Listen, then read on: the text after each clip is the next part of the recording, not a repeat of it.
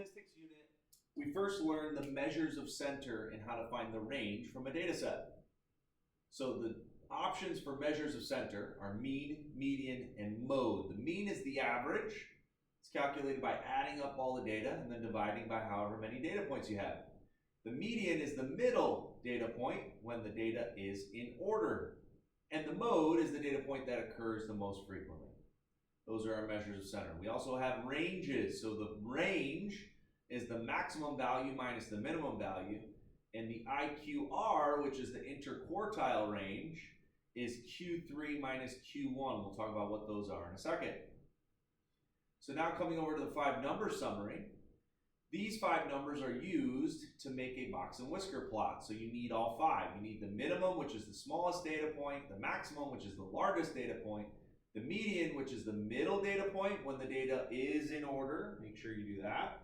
And then the median of the lower half of the data is Q1, and the median of the upper half of the data is Q3. So let's go ahead and make a box and whisker plot. So what you're going to do is you're going to create a number line that is a little bit lower than the minimum and a little bit higher than the maximum. Then you're going to plot that 5-number summary of values on it and then create your box and whisker. So in order to get the 5-number summary, I first need to put my data in order.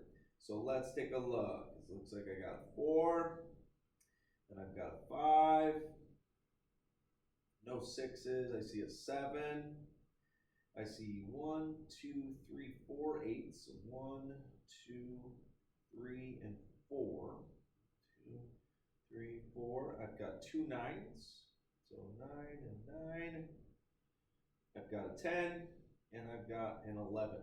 There's my data in order.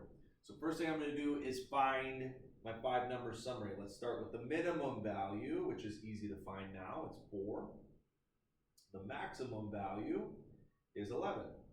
Now let's find the median. So the median is that middle number. You can cover up from side to side. So cover up, cover up, cover up, cover up, cover up, cover up, cover up, cover up. And it looks like the median, because we have 1, 2, 3, 4, 5, 6, 7, 8, 9, 10, 11 data values, is after the 5th. 1, 2, 3, 4, 5.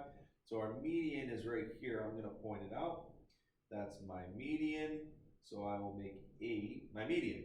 Now, to find our quartiles, our Q1 and our Q3, because we have an odd number of data points, we're going to disregard the median when we're finding Q1 and Q3. So I'm going to look at the lower portion of the data, not including the median here.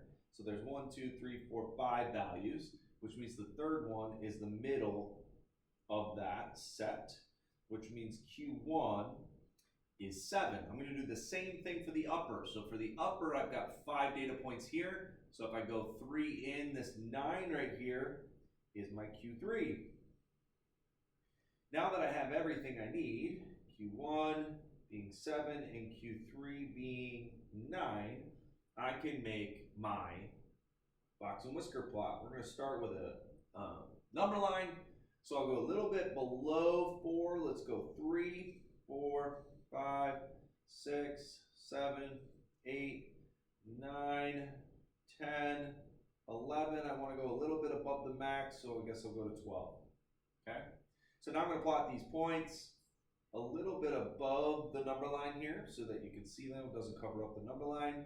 There's min-max, my median, my Q1, and my Q3. Now to make the box and whisker, first the box. The box goes from Q1 to Q3. There's my box. I also want to put a line down the median, and then I'm going to make my whiskers, which connect the minimum and the maximum to the box. There's my box and whisker.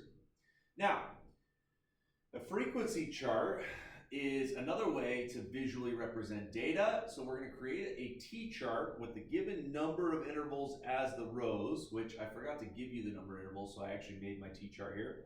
Usually it'll say in the directions, it'll say like use 5 intervals starting from 69 to 72. So I've got 1, 2, 3, 4, 5 rows in my frequency chart, and I've started the first one at 69 to 72. We want to make my intervals the same size as the one given to me. So if the first one started from 69 to 72, this size here, if I do 72 minus 69, that would be 3. So I'm basically just adding 3 every time. So my next one's going to start at the next number, 73, and then I'm going to add 3 to it to get 76. The next one will start at 77, plus 3 gives me 80. Next one starts at 81, plus 3 gives me 84. And the last one is 85, plus 3 gives me 88. Now that I have my heights here, I want to know how frequently those heights show up in the data. So I'm going to make a tally mark in the row that each data point fits in. So I'm going to look for the row that it fits in. 70. That fits in the first row. I'll make a tally mark, and then I'll cross it out to remind myself I already used it. Now I'm going to go through this.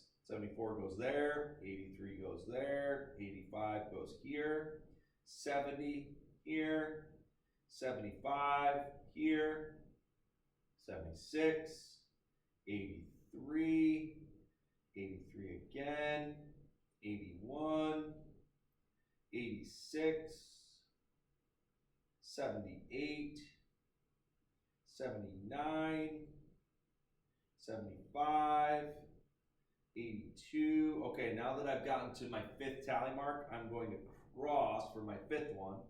And then the next one will start a new set. So 75. Again, here I'm going to cross for my fifth one.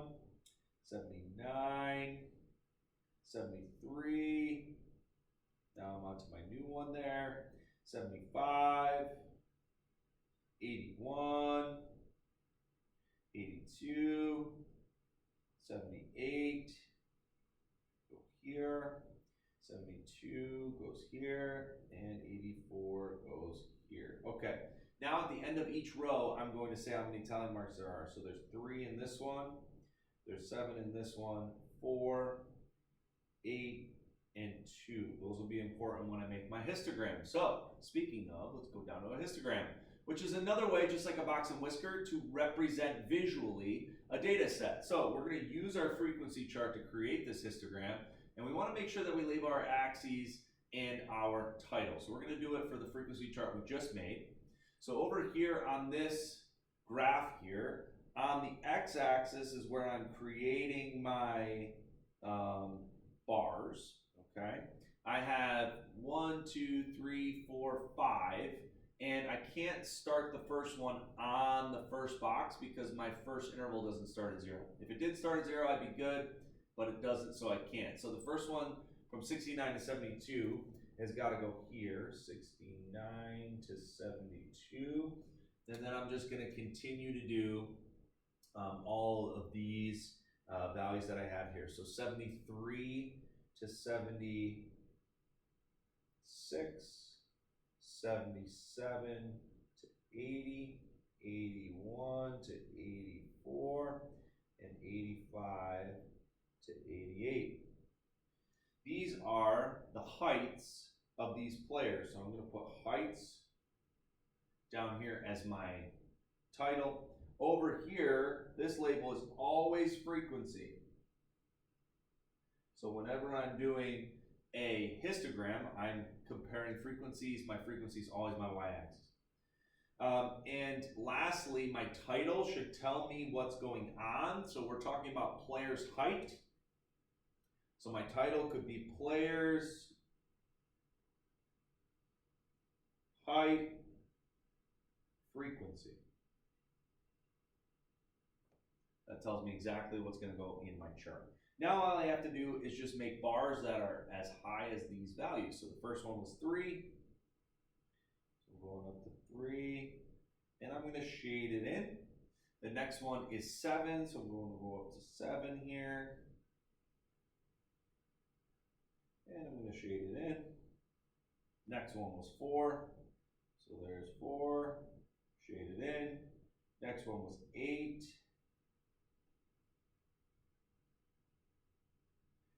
And the last one was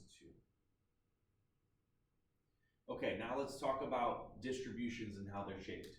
So there's 3 options. There's either symmetric, meaning it's sort of the same on both sides of the graph. There's skewed right, which means it's stretched to the right. The data is sort of all on the left and it's kind of stretched to the right.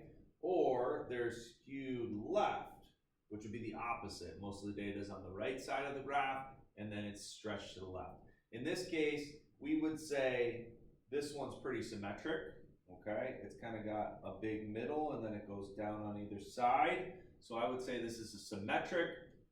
And for symmetric, for the measure of center that we would use to give ourselves a typical value, we would use the mean to calculate the measure of center. If it had been either skewed right or skewed left, skewed always uses the median, because skewed tells me that the mean has been stretched just like the rest of the data, which means it wouldn't give me a typical value. So I'd have to use median. But mean works really well when my data is symmetric. And that is topic 10, statistics.